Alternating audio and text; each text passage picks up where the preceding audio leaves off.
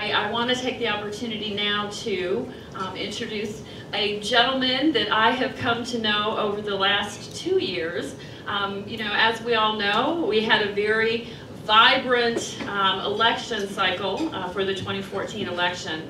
And I had the opportunity while on the campaign trail to meet Thom Tillis. You know, there again, in North Carolina politics, you kind of see people, you get to know people, you shake a lot of hands, but you don't necessarily get to know them well.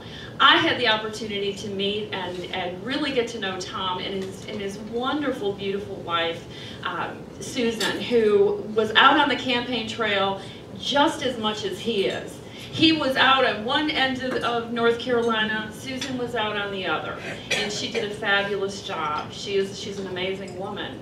And Thom, you know, what I've learned over time is, one, he's an American success story.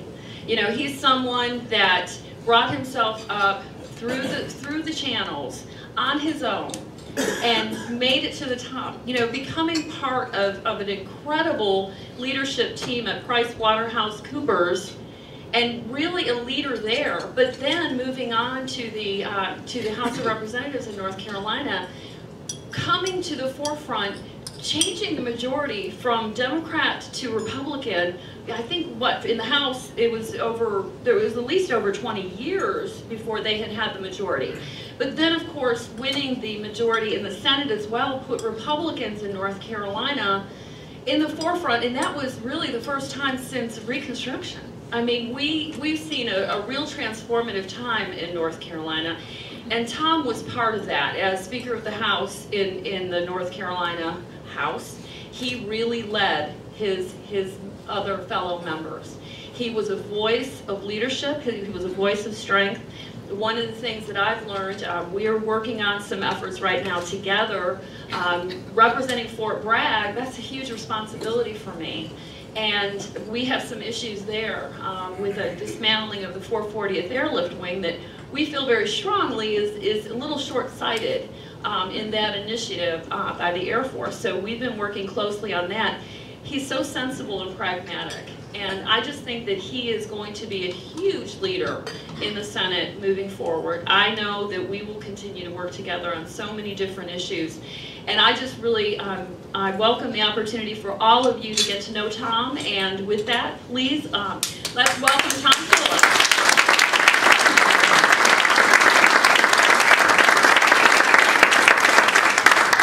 Thank you all. Good morning. Thank you, Renee. I appreciate the opportunity to be here. I'll try and keep my comments brief and then happy to answer any questions.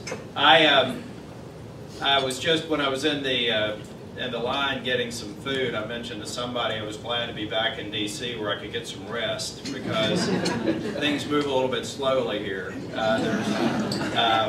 When you're out in the field, things move a little bit more quickly. Certainly when you're in the legislature, they move pretty quickly. I know the staff are all running around, but we go into the chamber. Brian asked me earlier how I thought the vote was going to go today. I said, I have no earthly idea, because you don't really know. There are just so many things going on. I do believe, though, that we'll have the support for TPA, and hopefully in the House we can work to get the support. You know, there's only been, I guess Richard Nixon's the only president since Roosevelt who hasn't had TPA.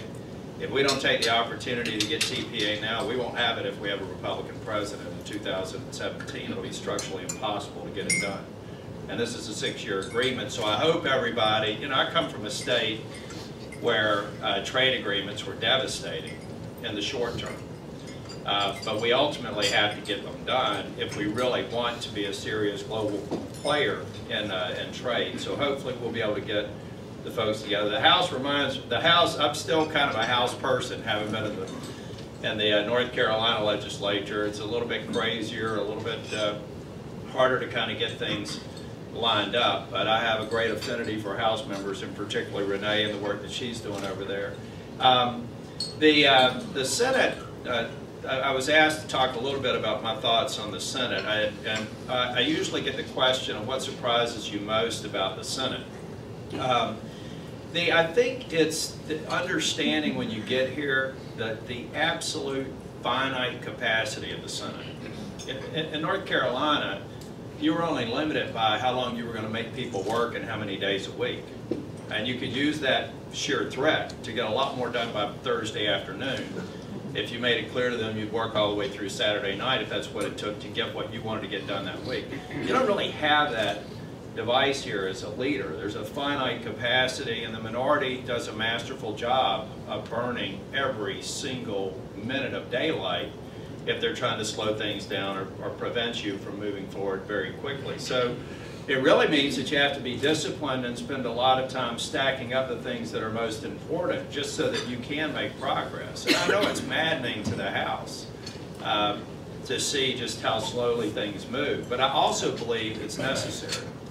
I think it would be very, very dangerous. An America that moved as quickly as we did in North Carolina would be dangerous. Now, I'm glad we moved quickly in North Carolina, but we have the safety net of the federal government if we make a real mistake, and we also have the reference points of 49 other states to kind of guide us around any major issues. So, to me, it's necessary, but it's also a little bit maddening when you really want to get some of these obvious things done.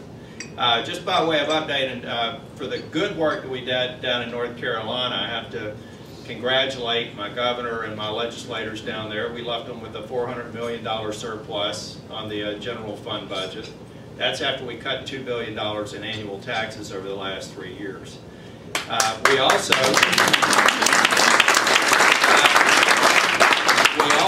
paid off about 2 years early a $2.7 billion debt to the federal government. We paid off in 24 months $2.7 billion to the federal government for unemployment benefits. The reason we were able to do that is one of the tough, when you talk about entitlement reform, it's one thing to talk about it, it's another thing to do it. And in North Carolina, we cut the, we refused to take the last tranche of the unemployment benefit extension. That had been another automatic 26 weeks for folks who were on unemployment. We not only did that, we cut the monthly benefit by about 25%. And we reduced the duration from 26 weeks to a sliding scale based on the prevailing rate of unemployment from about 9 to 13 weeks, as much as 20 in a chronic period. But we were able to use that to plow the money back in, and now we're going to have a dramatic reduction in federal unemployment taxes and state unemployment taxes. I tell you all, for those of you who have clients in North Carolina, tell them that's good news, because that's about $280 million in business savings next year, and about $700 million in about 3 years out, going right back into business. It's the effect of another tax decrease. And our surplus was so great that those who are subject to corporate taxes are about to get another percentage reduction, going from 5 to 4%. When we got there, it was 6.9% corporate tax rate. And the income taxes have gone from 7.75 to 5.75. We've done serious things in the state, much of which needs to be done up here if we're really going to get back to sustained positive economic performance. But we've also got this problem with the president down there that never saw a tax reform. He doesn't think of tax reform as anything more than a revenue grab of about $500 billion. That's why tax reform can't happen in a meaningful way over the next 2 years, because I don't think that there's any Republican that will vote for a tax increase. But I do think that we have a lot of we have opportunities to make moderate progress over the next 18 months if we're smart, if we reach across the aisle, recognize what we are capable of doing, and work with our colleagues in the House to understand that the scope of what we try to do always has to be tinted with enough movement to get sufficient numbers of Democrats to support it. Just got to happen.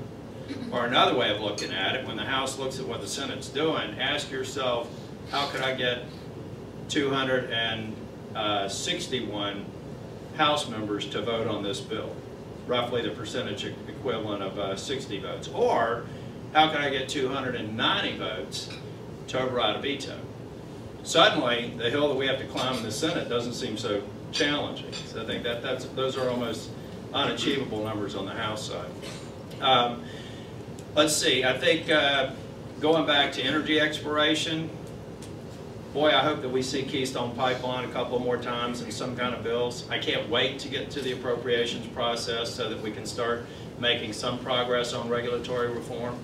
I think that the leader, and I hope that the House agrees, that We can fund certain sections of the government, leave it up to the president to decide whether or not he wants to shut them down. If he finds some of the regulatory reform provisions that'll be in the way of appropriations riders to allow them to go into law. Working a lot on trying to deal with waters of the U.S. and the new air quality standards and some of the other things that we think are devastating and very destabilizing to providing businesses with any kind of certainty when you see the huge swings you could have in energy costs and a number of other things. We're going to have to take it slowly, though. A lot slower than I want to. But I do think we'll make progress. And I lay a lot of the responsibility for the progress we're making on the leadership. Speaker Boehner and Mitch McConnell have a bear of a task. And I know a little bit about it, having been a Speaker of the House and had a Democrat governor, didn't have a supermajority. So I've made it clear to my leadership that right now I'm going to do everything that I can to make sure that I'm not a problem when you need to get that 60th vote to get some of these foundational things done, like the budget. We needed the budget. The budget's just a parameters document. A lot of people can spend a lot of time worrying about what's in the budget, but it lays the groundwork for so many other things that we need to do. Those sort of foundational things are things that I won't think twice about supporting the leadership on, until they give me a good reason not to. And right now they're impressing me as leaders of both of the chambers.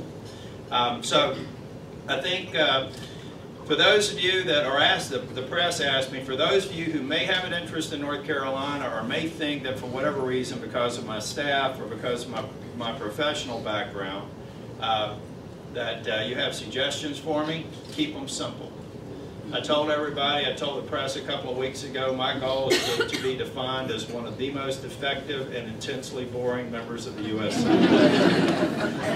While everybody else is chasing the shiny objects that are always going to be questionable whether or not you can get it done, I want the singles and doubles. I want the things that you can put in regulatory reform measures, things that make an impact. They're not necessarily going to get you on TV, but they will actually get you to a point to where over time it will have an enormously positive impact on the business climate. I saw it in North Carolina, 4 straight years of regulatory reform. That's why we're third now in CEO Magazine as the most business-friendly climate. We weren't even in the top 10 a few years ago. From 44th to 16th in tax burden because we systematically reduced the tax burden. From 4th to now below the national average on unemployment. Very few of those were done with home runs. They were done with a series of bills that in the aggregate had an enormously positive impact on North Carolina. That's the sort of stuff I want to work on now as a freshman.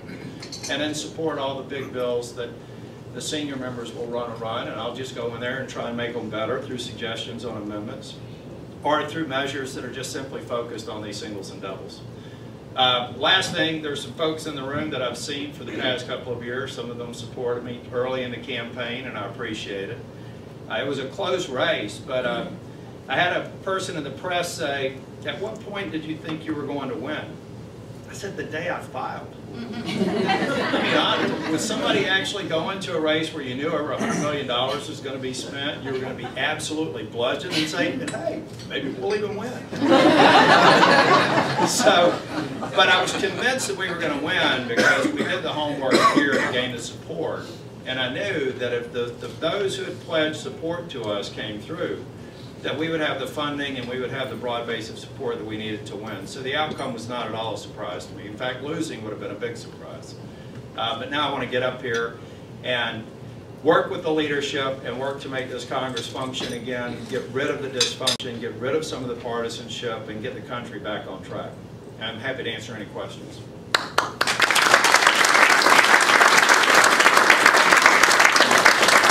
Congresswoman Elmers, you did such a great job with your introduction. You can either have the first question or the last question. Okay, but I'll tell you what, can I ask Tom to, I'll start with Tom, I'm going to ask you a question.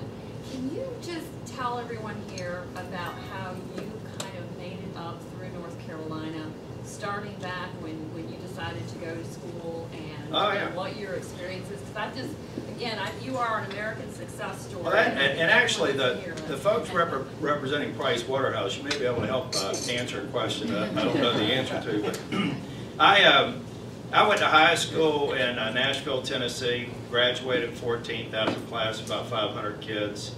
American Legion Boys State, Honor Society, Beta Club, president of the student body. Didn't go to college, went to work in a warehouse. I grew up in a family of 6 kids. 3 of us got high school diplomas. 2 ended up getting GEDs, 1 never graduated, neither of my parents graduated from high school.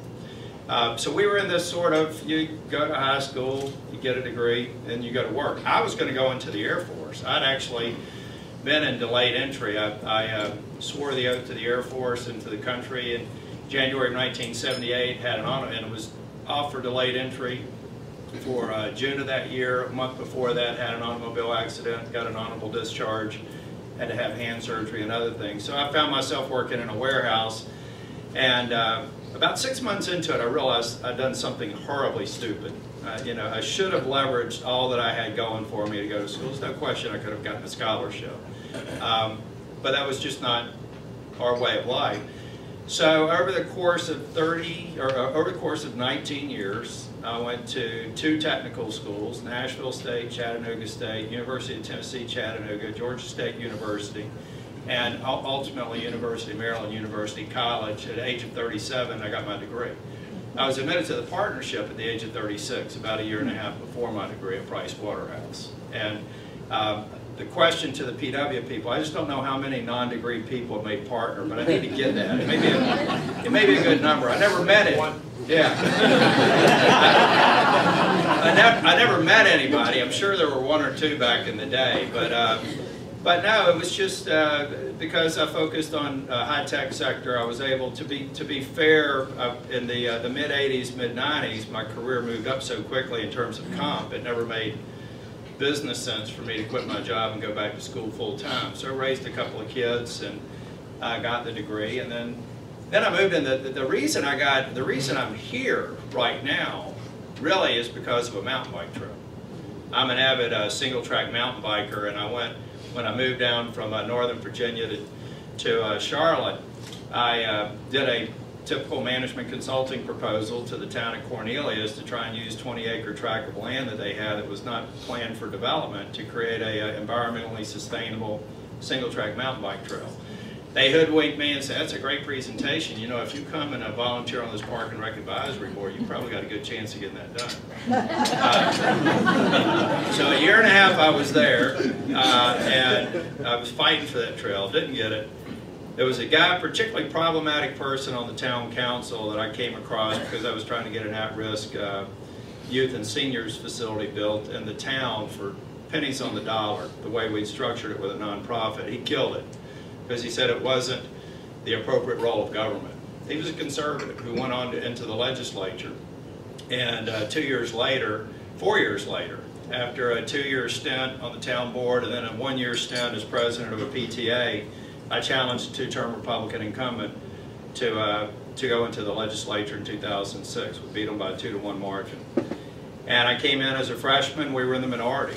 And I worked really hard to build relationships with what I thought were conservative Democrats to get to work. But I also focused on the organizational dysfunction of our Republican caucus. Why on earth could we not get a majority? Or why on earth couldn't we function as a solid minority? Proposed management consulting proposal for a written plan of organization, an organizational structure. Basically, we created a framework of committees and policy making in the minority that got these people to thinking about what it would be like if we got into the majority. And I did that at the end of my freshman term and was elected the whip, which is the second position in the minority caucus for leadership. And then also ran our finance committee and our campaign committee. We outraised by 4 or 5 times the prior elections in terms of money. We caught the Democrats sleeping. We recruited really good candidates, and we went from 68-52 Democrat to 68-52 Republican. At the end of my sophomore term, I was elected Speaker. And then from there, same thing, management consulting. We limited the number of bills that members could file to no more than 10 every 2-year period, because we were pretty certain that no one of them were going to have more than 10 good ideas over a 2-year period. We also cut 1/3 of all the standing committees. And the prior speaker said, "You're going to run this place into the ground, it's going to be gridlock." We had the shortest legislative session since 1973, and more bills ratified in a given session than any other session over that period of time. Think about fewer things, get more things done. So that's sort of my career and my leadership resume in a nutshell.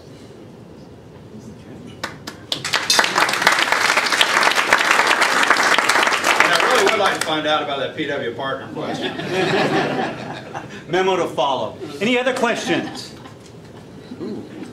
Senator, you've mentioned you want to work across the aisle. Obviously, you've only been here a couple of months. Are there any members that you've started to bond with on the other side, find sort of common ground to work with? Yeah, you know, and they're all, you know, I've had my staff reaching out to all the minority members, say one or two. You got to use your time wisely. But I've met with people who run the political gambit. I've met with Senator Merkley. And I'm convinced probably we've only got 20% overlap on things that ideologically would let us work together. Senator Coons, Warner, Manchin, Heitkamp, Tester, Kane, they're all people that I've proactively reached out to find things. Well, for example, in Virginia, I've got to believe that offshore drilling, that's an area where we can potentially work together. There's a pipeline coming in from through Virginia down into North Carolina on energy issues. So find the things where maybe the state's interest and the constituents in those states may trump the jersey you're wearing, and work on those sorts of issues. It's exactly what I did in North Carolina. And you know, you got to build relationships. I think one of the things that I've noticed in the Senate is the lack of, except for the floor relate, everybody's very friendly on the floor, but it's not clear to me how many of them actually spend time at a personal level outside of the chamber. And we need to get back to that kind of work. And I think that the president is creating the opportunity for it. I even think on the Iran deal, I see a growing sense of unease among some of the members on where the president may be willing to go on this deal. Use that as an opportunity to get people to work together. And that, for my part, that's what I'm doing, really encouraging the other members in the freshman conference and others just to go out there and build relationships. You know, if nothing else, if you like somebody, you're far less likely to throw bombs at them. So even if you disagree and you're going to have debates on the floor, I had a great experience with Sheldon Whitehouse. I don't see me and Sheldon working directly together on a lot of things, maybe a few. But I've spent time building a relationship with him, and back when we were doing the budget on the floor, I think it was during Vote-A-Rama, he had a series of amendments, and he and I built a pretty good relationship. I was sitting back in the chamber next to him where he was sitting. He just finished speaking, and we were doing one of his amendments. And we were going around talking, having a great time, and all of a sudden, my name came up on the roll call. Tillis, I said, sorry about this. No. And then moved on with the discussion. But I think, you know, he said, what a travesty. Just kind of joked and moved on. But, you know, I think that that's what we have to do. I mean, it's incumbent on us to do those sorts of things. And then you may find a few scales tipped. But you also have to know you have to understand their states. And whether or not, I had, as the Speaker of the House and as the whip in my second term, I never had a whip discussion. I never threatened anybody into voting any certain way. I can't imagine any successful whip actually operating that way, although I'm sure some try. I would always tell people, look, three things, I'm just here to talk about three things. Is your conscience driving you to this vote, or your constituents driving you to this vote? If either of the two are, don't care what your caucus thinks. Vote that way. Well, similarly, if you understand these states where some of the more moderate members or members that may vote with us on one matter or another, whether or not they're even moderate, if you really understand their states and you can have that discussion, then I think you're in a much better position to build some bipartisan cooperation on things that we can get done. There's plenty we should be able to get done on a bipartisan basis and not swing for the fences, knowing we're not going to hit the ball. So have you given any thought on entitlements and how that could be worked out over the course of the next few years while you're up here? I think that, that what I would consider meaningful entitlement reform will have to happen under a new president. The political exposure that comes with entitlement reform, without seeing it play out so that you can silence the critics by the reality of the policy.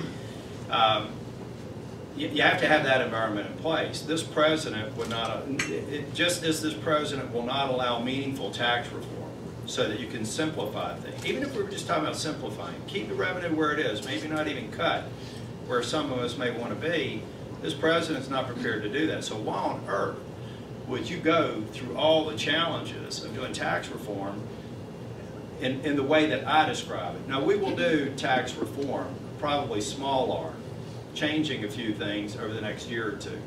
But big R reform, where you're broadening the base, lowering the rate, working on exceptions, exemptions, those sorts of things, not going to happen. Entitlement reform, the same thing. I consider unemployment, what we did in North Carolina, as a form of entitlement. We were the only state in the nation that didn't extend long-term unemployment benefits. There was a huge exposure to this. But I knew that we were going to be able to implement it in a time frame where if what we believed would happen happened, then we'd be just fine. And that's exactly what happened. Most precipitous drop in unemployment, paying off the debt to the federal government. That's a non-issue now. Now there are a lot of other states, so right now I'm looking around at the other states and what their balances are. There's probably a lot of other states that, you know, we really wish we'd done it in that cycle. In a way, I'm glad they didn't, because it better positions North Carolina against our Southeast colleagues, but that was meaningful entitlement reform. But we had that opportunity to know that it was going to go into law, and we could point to the benefits. Here, some of those big R reforms are going to be vetoed by this president. He's already made it clear that he's not going to allow it to happen, and even worse, we'll have an election cycle next year that would have all the hypothetical bad outcomes that may have occurred from it that I don't believe, if you do it right, will. So that's a lot of these big R reforms, I think, are 2017 if we either have a Democrat president who's really committed to turning this country around, or a Republican president that we can work very closely with. Appreciate your position on trade and knowing that it's such a charged issue in the state. How are you talking about it back in Rome? I tell them that, look, you've got to look at what's happening globally. If we have an isolationist mentality with regard to building relationships with our trading partners, the vacuum will be filled by China in a heartbeat. They already are making moves around. We're playing checkers with the TPA discussion and maybe TPP, and they're playing chess throughout the globe. This is the best opportunity that we have to really stem that tide. And I go back and I tell everyone, look, NAFTA absolutely decimated certain areas of North Carolina, particularly in textiles and furniture. We recovered. And a part of that was because we really didn't have that diversified of an economy back then. So that trade agreement happened to impact us in a very negative way. There are some deep scars and wounds in North Carolina over that. There's a few people who are friends of mine who are concerned with the Trade Promotion Authority.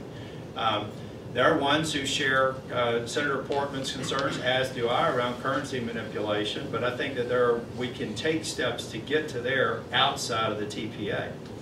And we just have to go have those honest discussions. I believe this is one of those things, if we do it, that over a reasonably short period of time we'll see the benefits of it, because it happens to be one of the few issues that the president and the new majorities in the Congress are on the same page with.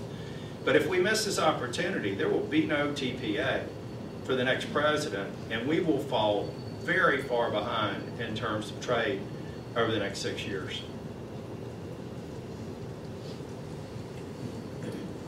Senator, you have, I'm about to talk to the Congresswoman about this afternoon.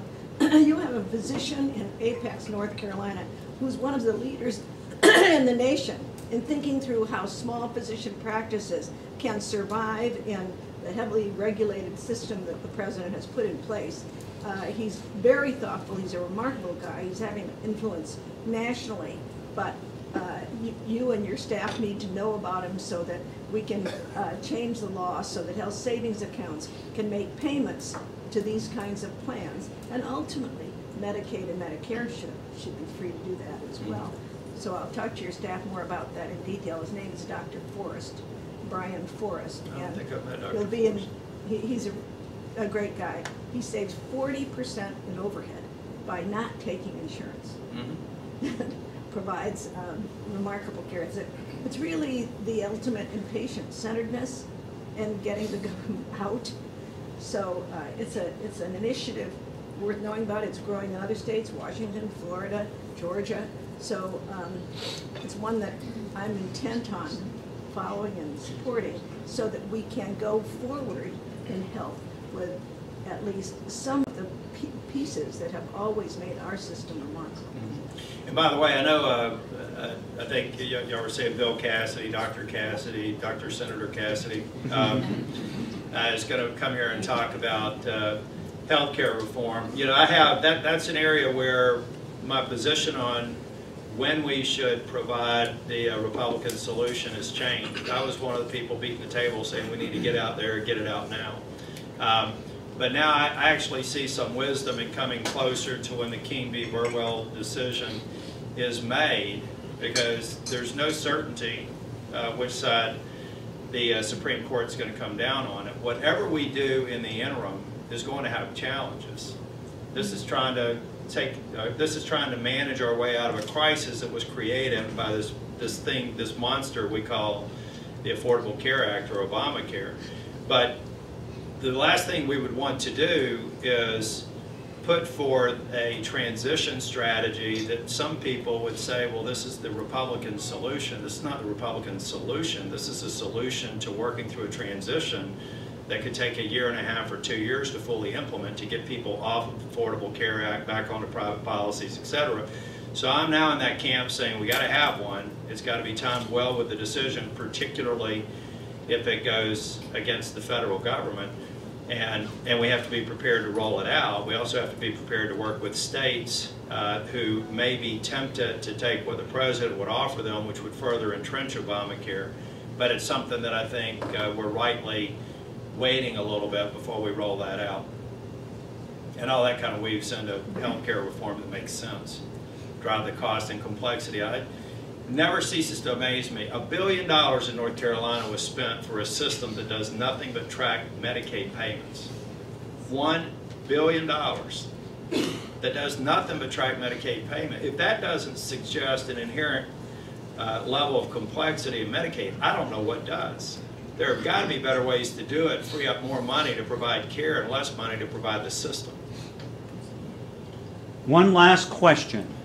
Go ahead. Yeah, Brian. Go ahead, Brian. As someone who drives home to Rocky Mount, North Carolina, every couple of weekends, I'm very familiar with highway frustrations. The I-95 expressway certainly helps, but throughout the state and other states, that's a big issue. Just a couple thoughts on highway reform, trust fund issues?